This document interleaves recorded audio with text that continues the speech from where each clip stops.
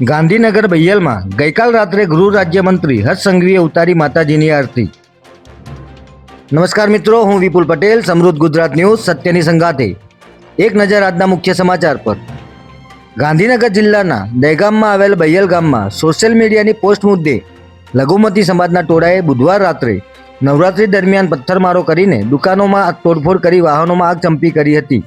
આ ઘટના બાદ સ્થળ ઉપર પહોંચેલી પોલીસ ઉપર પણ હુમલો કરી પોલીસ વાહનો અને ફાયર બ્રિગેડ ગાડીને નુકસાન પહોંચાડવામાં આવ્યું હતું.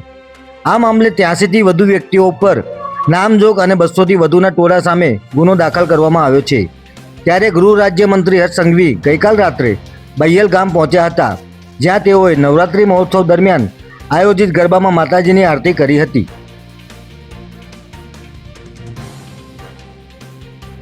દહેગામ તાલુકાના બૈયલ ગામમાં સોશિયલ મીડિયા પોસ્ટને લઈને થયેલી હિંસાના કેસમાં પોલીસે કુલ 66 આરોપીની ધરપકડ કરી તમામ આરોપીઓને સાથે રાખીને રિકન્સ્ટ્રક્શન કરવામાં આવ્યું હતું. પોલીસે આ તમામ આરોપીની ધરપકડ કરી દહેગામ જ્યુડિશિયલ કોર્ટમાં રજૂ કર્યા હતા, જેમાં 5 મુખ્ય આરોપીના 5 દિવસના રિમાન્ડ મંજૂર થયા છે.